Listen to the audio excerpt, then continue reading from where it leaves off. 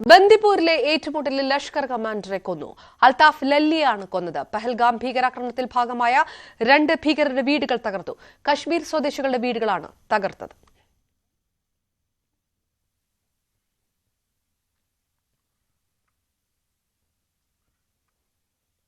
അതേസമയം അതിർത്തിയിൽ സംഘർഷം ശക്തമായി. ലൈൻ ഓഫ് കൺട്രോളിൽ പാകിസ്ഥാൻ പലതവണ വെടിയുതിർത്തു. പാകിസ്ഥാൻ പഞ്ചാബ് അതിർത്തിയിൽ നിന്ന് കസ്റ്റഡിയിലെടുത്ത BSF ജവാനെ മോചിപ്പിക്കാനുള്ള ശ്രമങ്ങളും ഇന്ത്യ സജീവമാക്കുകയാണ്. ഫ്ളാഗ് മീറ്റിംഗ് വഴി ചർച്ചയിലൂടെ ജവാനെ മോചിപ്പിക്കാനാണ് ശ്രമം. കരസേന മേധാവി കാശ്മീരിൽ തുടരുകയാണ്. വിവരങ്ങളുമായി KP അഭിലാഷ് ചേരുന്നു. അഭിലാഷ്, വരുന്ന വാർത്തകളെല്ലാം ശക്തമായ തിരിച്ചടി ഇന്ത്യൻ സൈന്യം നൽകുന്നത് തന്നെയാണ്.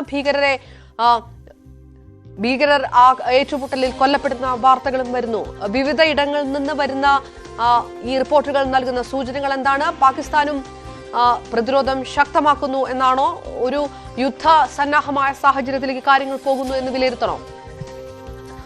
അപർണ, ജമ്മു കാശ്മീരിൽ തീവ്രവാദികൾക്ക് വേണ്ടിയുള്ള തെരച്ചിൽ ഊർജിതമായി തന്നെ തുടരുകയാണ്. മണിക്കൂറുകൾ നീണ്ട പോരാട്ടത്തിന് ഒടുവിൽ ആണ് ഇപ്പോൾ ലഷ്കർ-ഇ തോയ്ബയുടെ കമാൻഡർമാരിൽ ഒരാൾ കൂടിയായിട്ടുള്ള അൽതാഫ് ലല്ലിയെ ഇന്ത്യൻ സൈന്യം കൊന്നത്. ഏതാണ്ട് പുലർച്ചെ 6 മണിയോടുകൂടി ആരംഭിച്ച ഏറ്റുമുട്ടൽ ആയിരുന്നു. സൈന്യത്തിന് നേരെ ഈ തീവ്രവാദി പലപ്പോഴായി നിറയൊഴിച്ച സാഹചര്യവും ഉണ്ടായിരുന്നു. ഒപ്പം 2 പേർ കൂടി ഈ പ്രദേശത്ത് ഇനിയും ശേഷിക്കുന്നുണ്ട് എന്നാണ് സൈന്യത്തിന്റെ വിലയിരുത്തൽ. സൈന്യവും ജമ്മു കാശ്മീർ പോലീസും സംയുക്തമായി നടത്തിയ തെരച്ചിലിന് ഒടുവിൽ ആണ് അൽതാഫ് ലല്ലിയെ വധിക്കാൻ സാധിച്ചത്. മണിക്കൂറുകൾ നീണ്ട ഏറ്റുമുട്ടൽ തന്നെയായിരുന്നു. ഇതോടൊപ്പം സൂചിപ്പിക്കേണ്ടത്, ഈ ഭീകരരുടെ വെടിവെപ്പിൽ 2 കശ്മീരി പോലീസുകാർക്ക് പരിക്കേറ്റിട്ടുണ്ട് എന്നുള്ളതാണ്. പക്ഷേ അവരുടെ പരിക്ക് സാരമല്ല എന്നാണ് ഇപ്പോൾ സൈനിക വൃത്തങ്ങളിൽ നിന്ന് അടക്കം ലഭിക്കുന്ന വിവരങ്ങൾ. ഇന്ന് രാവിലെ മുതൽ ആരംഭിച്ച പരിശോധനയും തെരച്ചിലും ആയിരുന്നു. ജമ്മു കാശ്മീരിന്റെ വിവിധ മേഖലകളിൽ ഇപ്പോൾ സൈന്യവും ജമ്മു കാശ്മീർ പോലീസും സംയുക്തമായി പരിശോധനകൾ തുടരുകയാണ്. ഭീകരർ താവളം ഉറപ്പിച്ചിട്ടുണ്ട് എന്ന്, ഒളിച്ചിരിക്കുന്നു എന്ന് കരുതുന്ന മേഖലകൾ എല്ലാം തന്നെ ഇപ്പോൾ സൈന്യത്തിന്റെ നിയന്ത്രണത്തിലും അവരുടെ പരിശോധനകളിലും ആണ് എന്ന് പറയാം. നമ്മൾ ആവർത്തിച്ച് റിപ്പോർട്ട് ചെയ്യുന്നത്, പല പ്രദേശങ്ങളും ഭൂമിശാസ്ത്രപരമായി ഏറെ വെല്ലുവിളികൾ നേരിടുന്ന, പ്രതിസന്ധികൾ നേരിടുന്ന ഇടങ്ങൾ ആണ്. ഇവിടെയാണ് ഭീകരർ അധികമായും തമ്പടിച്ചിട്ടുള്ളത്. ചെങ്കുത്തായ മലനിരകളുണ്ട്, പാറക്കെട്ടുകൾ ഉണ്ട്.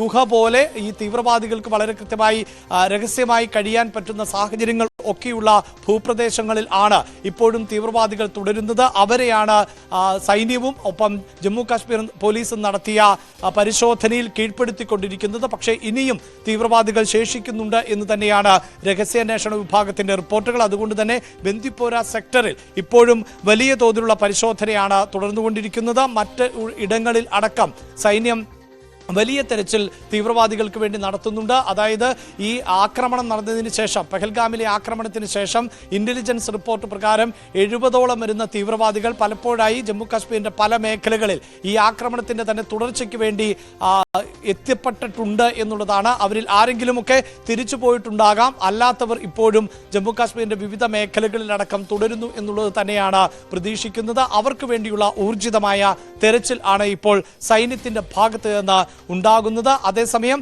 ഇന്ത്യ നിലപാട് കൂടുതൽ കടുപ്പിക്കുന്നുണ്ട്. പ്രത്യേകിച്ച് പാകിസ്ഥാനുമായി ഏർപ്പെട്ടിട്ടുള്ള വെടിനിർത്തൽ കരാർ പോലും ലംഘിക്കുന്ന തരത്തിലേക്ക്, അല്ലെങ്കിൽ അത് അവസാനിപ്പിക്കുക എന്നൊരു നീക്കത്തിലേക്ക്, അങ്ങനെ കടുത്ത തീരുമാനത്തിലേക്കടക്കം ഇന്ത്യ പോയേക്കുമെന്നുള്ള സൂചനകൾ ആണ് ഇപ്പോൾ പുറത്തുവരുന്നത്. പാകിസ്ഥാന്റെ ഭാഗത്ത് നിന്ന് തുടർച്ചയായ പ്രകോപനങ്ങൾ ഉണ്ടാകുന്ന പശ്ചാത്തലത്തിൽ ആണ് ഇങ്ങനെ കടുത്ത നിലപാടുകൾ കൂടി സ്വീകരിക്കാൻ ഇന്ത്യ തയ്യാറെടുക്കുന്നത്. ഒരു പക്ഷേ വരും മണിക്കൂറുകളിൽ അത്രമേൽ കടുത്ത തീരുമാനങ്ങൾ എടുത്താൽ പോലും അത്ഭുതപ്പെടേണ്ടതില്ല. കാരണം നമ്മൾ റിപ്പോർട്ട് ചെയ്യുന്നതാണ്, ഇതിനു മുമ്പ് ഇന്ത്യയും പാകിസ്ഥാനും തമ്മിൽ യുദ്ധമുണ്ടായ 65ലോ 71ലോ ഒന്നും എടുക്കാത്ത തരത്തിലുള്ള അതിശക്തമായ നിലപാടുകൾ ഇപ്പോൾ ഇന്ത്യ ഈ തീവ്രവാദ ആക്രമണത്തിന് ശേഷം കൈക്കൊണ്ടുവരുന്നുണ്ട്. അതിന്റെ ഭാഗമായിട്ടാണ് നയതന്ത്ര ഇടപെടൽ അല്ലെങ്കിൽ നയതന്ത്ര ബന്ധങ്ങൾ അടക്കം വെട്ടിച്ചുരുക്കിയത്. കഴിഞ്ഞ ദിവസം തന്നെ പാകിസ്ഥാന്റെ ഹൈക്കമ്മീഷൻ ഉദ്യോഗസ്ഥനെ വിളിപ്പിച്ച് അദ്ദേഹം അസ്വീകാര്യനാണ് എന്ന് പറഞ്ഞുകൊണ്ട് രാജ്യം വിടാൻ നിർദ്ദേശം നൽകിയിരുന്നു. ഒപ്പം ഈ ഉടമ്പടികൾ, അതായത് സിന്ധു നദീജല കരാറിൽ നിന്ന് പിൻവാങ്ങുന്നു, അല്ലെങ്കിൽ ആ കരാർ മരവിപ്പിച്ചു നിർത്തുന്നതുമായി ബന്ധപ്പെട്ട വിജ്ഞാപനം അടക്കം പുറത്തിറക്കിയിട്ടുണ്ട്. പാകിസ്ഥാൻ പൗരന്മാർക്ക് രാജ്യം വിടുവാനുള്ള സമയം അവസാനിക്കുകയാണ്. 48 മണിക്കൂർ മാത്രമാണ് സമയം അനുവദിച്ചിട്ടുള്ളത്. ഇതിനുശേഷം തുടരുന്നവരെ അനധികൃതമായി തുടരുന്നവർ എന്ന് തന്നെ കണക്കാക്കും. ഐക്യരാഷ്ട്രസഭയുടെ സജീവമായ ഇടപെടൽ ഇപ്പോൾ വിഷയത്തിൽ നടക്കുന്നുണ്ട്. പാകിസ്ഥാനും ഇന്ത്യയും സംയമനം പാലിക്കണം എന്ന നിർദ്ദേശം ആണ് ഐക്യരാഷ്ട്രസഭയുടെ ഭാഗത്ത് നിന്ന് ഉണ്ടായിട്ടുള്ളത്. പക്ഷേ അങ്ങനെ ഒരു നിർദ്ദേശം വരുമ്പോഴും പാകിസ്ഥാൻ അതിർത്തിയിൽ സംഘർഷ സാധ്യത കൂടുതൽ ശക്തമാക്കുകയാണ്.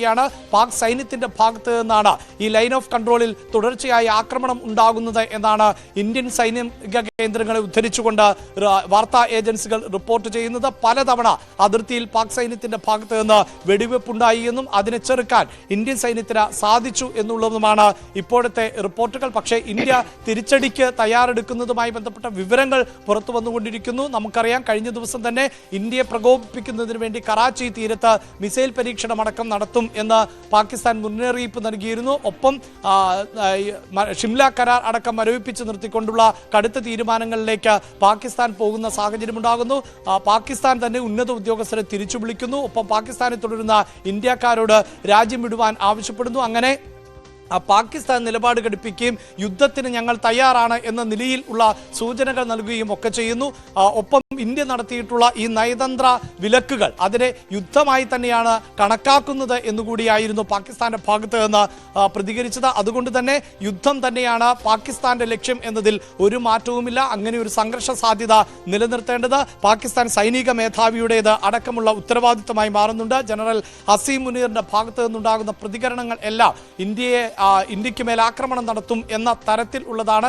അങ്ങനെ ഒരു അന്തരീക്ഷം സൃഷ്ടിക്കേണ്ടത് പാകിസ്ഥാന്റെ ആഭ്യന്തരമായ ആവശ്യം കൂടിയാണ്. പക്ഷേ ഇന്ത്യ എപ്പോഴായിരിക്കും തിരിച്ചടിക്കുക എന്നത് വ്യക്തമല്ല. കഴിഞ്ഞ ദിവസം തന്നെ INS വിക്രാന്ത് വിമാനവാഹിനി കപ്പലുകളിൽ ഒന്നാണ് INS വിക്രാന്ത്. ഇത് അറബിക്കടലിൽ ഉൾക്കടലിലേക്ക് കൂടുതൽ നീങ്ങിയ സാഹചര്യം ഉണ്ടാകുന്നു. അതായത് പാകിസ്ഥാനിലേക്ക് ആക്രമണം നടത്തുന്നുവെങ്കിൽ അതിന് അനുയോജ്യമാകുന്ന തലത്തിലേക്ക് സമുദ്രഭാഗത്തേക്കാണ് ഈ കപ്പൽ നീങ്ങിയിട്ടുള്ളത്.